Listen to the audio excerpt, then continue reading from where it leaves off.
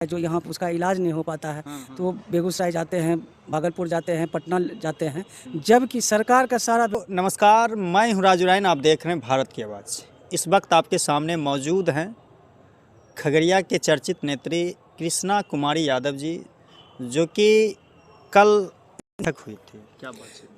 26 तारीख का हम ज्वाइन जब किए जिला परिषद कार्यालय में, तो हमको लगा कि ये 10 महीना में कृषि विभाग, स्वास्थ्य विभाग, ICDS विभाग और अन्य और भी विभाग है जहाँ अच्छे से कार्य नहीं हो रहा है। तो हम पहला दिन 4 विभाग का हम पत्र भिजवाए थे कि आप विभिन्न डेट में आप आइए। तो एक दिन में हम 2 बैठक करते थे 2 विभाग का। 27 तारीख को हम कृषि और शिक्षा विभाग का बैठक किए, फिर कल हम ICDS के विभाग के बैठक किए, आज हम स्वास्थ्य विभाग का स्वास्थ्य विभाग के किए। तो जैसे कि स्वास्थ्य विभाग में हम आज जो त्रुटि देखे, जो अभी CS हैं, तो उनसे हम पूछे कि आपके हॉस्पिटल में कितने डॉक्टर कार्यरत हैं, पोस्टिंग है, मतलब सदर हॉस्पिटल में कितने डॉक्टर पोस्टिंग है, वो नहीं पता है उनको। बोले MBBS डॉक्टर आपके पास कितना है सदर हॉस्पिटल में, आयुष डॉक्टर के कितना पोस्टिंग है, पूरे ज़िले में कितना आपके पास डॉक्टर है, सभी PSC में कितने डॉक्टर हैं, कितना NM है, ANM है, JNM है, वो मालूम नहीं है कि। तो उनको समय हम दिए हैं 1 सप्ताह के कि पूरा प्रगति रिपोर्ट लेके आप। कौन बोले कि जानकारी नहीं? CS बताए कि हमको जानकारी नहीं है, CS हम लिस्ट देते हैं। अरे हमको लिस्ट नहीं चाहिए, आपके मौखिक से हम सुनना चाहते हैं, आपकी आवाज़ से हम सुनना चाहते हैं। लिस्ट तो आप थमा दीजिएगा तो आपको नॉलेज कहाँ से आएगा कौन डॉक्टर है जी। आपको। अब मान लीजिए कि आप बोले कि जो डॉक्टर को सदर हॉस्पिटल में रहना चाहिए उस डॉक्टर को भेज देता है फ्लड एरिया में, चाहे सुदूर देहात में, कि कोई उसका आवश्यकता वहाँ नहीं है। जब वहाँ हॉस्पिटल ही नहीं है, हॉस्पिटल का भवन नहीं है, तो इलाज क्या करेंगे? उस डॉक्टर का ज़रूरत है सदर हॉस्पिटल में, उससे कम है उसको PSC में आप डालिए। पूर्व में भी हम बैठक किए थे तो एक चेन बनवाए थे कि जो MBBS डॉक्टर हैं और जो जानकार जिनको नॉलेज है उनको आप सदर हॉस्पिटल में डालिए, क्योंकि पूरे ज़िले के मरीज आते हैं यहाँ पर, और यहाँ पर डॉक्टर नहीं रहता है तो तुरंत उसको रेफ़र कर देता है हायर सेंटर, तुरंत ही भागलपुर भेज दिया, भागलपुर भेज देता है, कुछ भी होता है तो भागलपुर भेजता है। लेकिन हम पहले आपको 10 महीना पूर्व में हम कम से कम 20-25 रोज सिजेरियन होता था हॉस्पिटल में। हम सर्जन दूसरे प्रखंड से, अपने ज़िले के दूसरे प्रखंड से, चाहे सुदूर देहात में जहाँ अतिरिक्त उप स्वास्थ्य केंद्र रहता था, उप स्वास्थ्य केंद्र में डॉक्टर रहते थे, तो जो अच्छे डॉक्टर हैं उनको सदर में रखवाए थे। ये 10 महीना में जो व्यवस्था देखे वो अच्छा नहीं था, लेकिन हम तो अपना काम से परेशान थे, कोर्ट कचहरी के लेके, जो हम नहीं देख पाए, लेकिन फ़ोन से जितना हो पाता था हम व्यवस्था करते थे। मैडम, एक मेरा सवाल है कि आप जब स्वास्थ्य विभाग जी, एक मेरा सवाल है, स्वास्थ्य विभाग पर जब चर्चा हुई है तो इससे पहले मैंने कई बार इसका न्यूज़ भी चलाया और लगातार ऐसा लग रहा कि वो मौत का घर बन चुका है। कल भी जो है एक सांप काटा हुआ बच्चा, उसको चाहते तो बचाया जा सकता था, लेकिन 4 से 5 बार उसको इधर से उधर पेशेंट को घुमाया गया, जिसके कारण उसका समय बर्बाद हो गया और वो बच्चा इंतकाल या डेथ कर गया। तो मैडम, आप जिम्मेवार हैं खगड़िया के नेत्री, कुछ उम्मीद लोग रखते हैं। देखिए, ये तो हुआ तो गलत हुआ है। हम पूछते रहते हैं कि आपके जो कोई भी बीमारी, जो सघन बीमारी होता है, जो यहाँ उसका इलाज नहीं हो पाता है, तो बेगूसराय जाते हैं, भागलपुर जाते हैं, पटना जाते हैं, जबकि सरकार का सारा व्यवस्था है। सदर हॉस्पिटल में भी आप पहला स्टेप, दूसरा स्टेप आप इलाज कर सकते हैं। अगर तीसरा स्टेप आपसे नहीं संभल रहा है तभी आप ट्रांसफ़र कीजिएगा। अब सर्पदंश हुआ है उसके लिए अवेलेबल है दवाई और डॉक्टर अवेलेबल है, बचाया जा सकता है, लेकिन लापरवाही है, व्यवस्था की लापरवाही है। नहीं, पहले विधायक जी कभी जो है चले जाते थे विजिट के लिए, उससे प्रभाव पड़ता था काफ़ी। मैं भी जाती हूँ विजिट के लिए, हम हॉस्पिटल बराबर जाते थे, बहुत चुस्त दुरुस्त था हॉस्पिटल, लेकिन अब फिर से हम शुरू करेंगे, क्योंकि हम बहुत कम रहे खगड़िया में, 6-7 महीना में आते जाते रहे, हम अस्थायी रूप से रहे नहीं, जिसके कारण लगता है कि विधि व्यवस्था।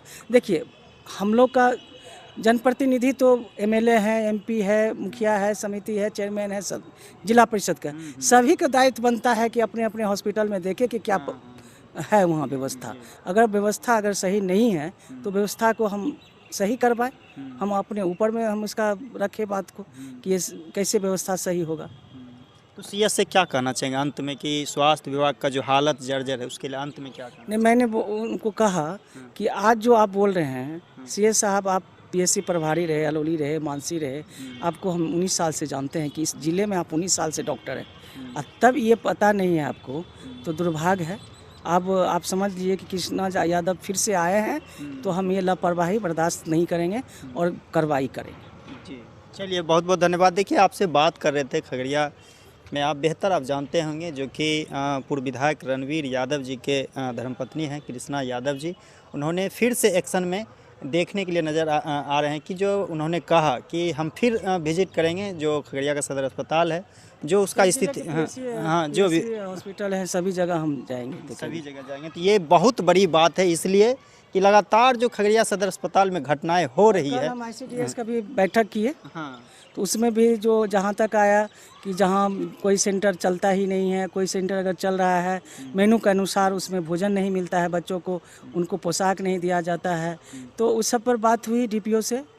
तो मैं बोले कि मैडम हम लोग का है कहीं भवन नहीं है आंगनबाड़ी केंद्र का, तो बच्चे दूसरी जगह पढ़ रहे हैं, पेड़ के नीचे पढ़ रहे हैं, खिला रहा है, तो वो सब दुरुस्त करना होगा, देखना होगा। एक सवाल और इसमें आ गया, जब आप बोले शिक्षा विभाग के मामले में, तो कई स्कूल के टीचर है वो डर से बोल नहीं पाते ऊपर में, वो कहते हैं कि हम कंप्लेन करेंगे तो मेरे ऊपर ये आ जाएगा।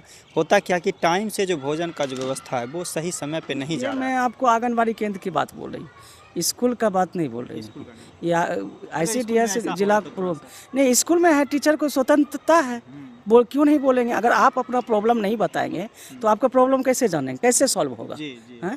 आप अगर अच्छे टीचर हैं, टीचर तो देश के भविष्य होते हैं, निर्माण करता है, देश का भविष्य तो बच्चे होते हैं, आप देश के भविष्य का निर्माण करता है, तो आपको तो सोचना पड़ेगा, बोलना पड़ेगा, और उस संकोचित रहिएगा तो फिर विकास नहीं हो पाएगा बच्चों में। चलिए देखते रहिए, अगर अच्छा लगा तो मैंने आपको स्वास्थ्य और शिक्षा दोनों पर मैंने बात किया, जो खगड़िया की कृषि विभाग का भी मैंने बैठक की। कृषि विभाग में था, जिस दिन मैं ज्वाइन कर रहे थे तो उस दिन था कि DAP खाद नहीं मिल रहा है, खाद की कालाबाजारी हो रही है, और जो रिटेलर है और होलसेलर है वो सब आपस में बदमाशी करता है, रेट फिक्सेशन नहीं है। अगर सरकार के रेट 266 रुपया है तो वो ब्लॉक स्तर पर जाते जाते 300 रुपया हो जाता है, 350 रुपया हो जाता है यूरिया का। DAP खाद का किल्लत है, लोग को, जनता को समझना पड़ेगा। अगर DAP खाद नहीं है तो मिक्सचर खाद है, NPK है, उसको हम यूज करें।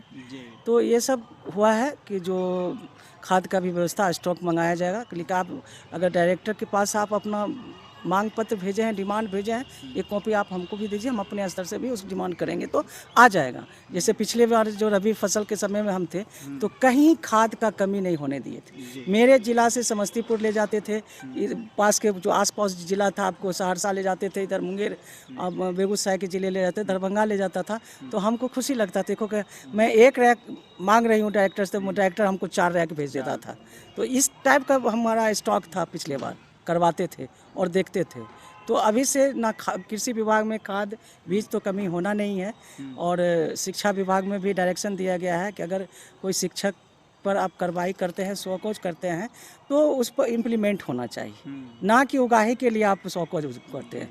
आपका स्कूल कैसा चल रहा है, स्कूल में आपको भवन है कि नहीं, आपके स्कूल में शौचालय है कि नहीं, है ना, पठन पाठन के लिए डेस्क बोर्ड और ये बेंच वगैरह है कि नहीं। आप मान लीजिए कि बिल्डिंग है, सारा चीज़ है, अभी जाके आप देखिए, आप उच्च विद्यालय में, इंटर उच्च विद्यालय में आप जाके देखिएगा, अटल लैब मिला है, उस पर कोई टीचर काम नहीं करता है, नहीं पढ़ाता है, लैब में कोई काम नहीं होता है, वो लैब पर सारा कंप्यूटर पर धूल जमा हुआ है। तो धूल जमा हुआ है तो सभी जनप्रतिनिधि के दायित्व बनता है कि धूल धुलवाने का, साफ करवाने का, और बच्चों को पढ़ाई होना चाहिए। हो करते कौन है उसमें से? कहीं प्रतिनिधि तो सिर्फ अपना टाइम पास कर रहे हैं। तो आपको तो चुनना होगा ना जनप्रतिनिधि। हाँ, वो पब्लिक आप चुनने समय तो आप भूल जाते हैं, ऊपर नीचे देखते हैं, कहाँ पार्टी देखते हैं, तो जाति देखते हैं, तो गठबंधन देखते हैं। सही जनप्रतिनिधि का अगर चुनाव कीजिएगा तो निश्चित रूप से आपको व्यवस्था मिलेगा और सुविधा मिलेगा। जी, चलिए, तो देखिए मैंने जो समीक्षात्मक बैठक में जो बातचीत हुई शिक्षा, स्वास्थ्य और कहीं जो कृषि पर, उसके बारे में मैं मैडम से बात कराया। तो देखते रहिए नेक्स्ट टाइम के लिए। अगर अच्छा लगा तो लाइक और शेयर करें, चैनल को सब्सक्राइब करें। नमस्कार।